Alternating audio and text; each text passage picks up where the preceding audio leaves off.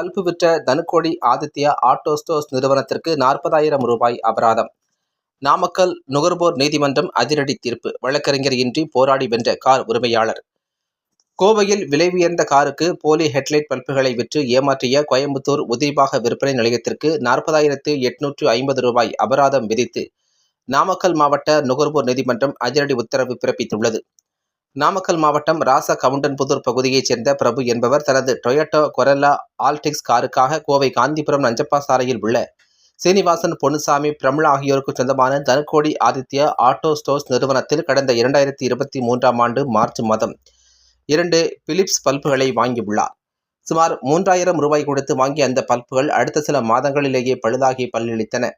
இதனால் அதிர்ச்சியடைந்த அவர் பிலிப்ஸ் நிறுவனத்திற்கு மின்னஞ்சல் அனுப்பினார். புகாரை விசாரித்த நிறுவனம் அவருக்கு 2 பல்புகளை இலவசமாக வழங்கியது. அப்போதுதான் தான் முதலில் வாங்கிய பல்புகள் அசல் அல்ல, அவை போலியானவை என்பது பிரபுவுக்கு தெரிய வந்தது. இதுகுறித்து கடையிடம் விளக்கம் கேட்டபோது அவர்கள் முறையாக பதிலளிக்கவில்லை. மாறாக பரிகாரம் கிடைத்துவிட்டது, இதற்கு மேல் நீதிமன்றம் போனால் சரியிருக்காது என மிரட்டும் தொனியில் பதில் வந்துள்ளது.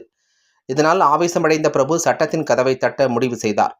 வழக்கறிஞர்கள் பலரும் இந்த வழக்கு நிற்காது என கைவிரித்த நிலையிலும் பிரபு மனம் தளரவில்லை. இணையதளம் மற்றும் யூடியூப் உதவியுடன் நுகர்வோர் சட்டங்களை முறையாக கற்றுக்கொண்டார்.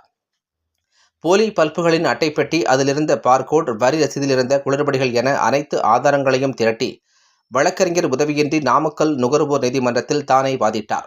வழக்கை விசாரித்த நாமக்கல் மாவட்ட நுகர்வோர் தீர்ப்பாயம் வாடிக்கையாளரை திட்டமிட்டு ஏமாற்றியது உறுதியானதால் தனுக்கோடி ஆதித்யா ஆட்டோ ஸ்டோர்ஸ் நிறுவனத்திற்கு பின்வரும் அபராதத்தை விதித்தது.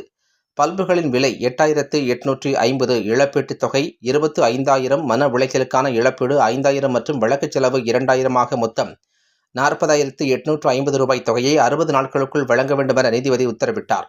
ஏற்கனவே இந்த நிறுவன உரிமையாளர் சீனிவாசன் மீது சொந்த சகோதரரை போலி ஆவணங்கள் மூலம் பல கோடி ரூபாய் ஏமாற்றிய வழக்கு கோவை மாநகர குற்றப்பிரிவு போலீசில் உள்ளது என்பது குறிப்பிடத்தக்கது. பெரிய கடைகளுக்கு சென்றால் அசல் பொருள் கிடைக்கும் என நம்பும் நுகர்வோரை ஏமாற்றுவது தவறு என்பதை இந்த தீர்ப்பு உணர்த்தியுள்ளதாக சமூக ஆர்வலர்கள் பாராட்டி வருகின்றனர்.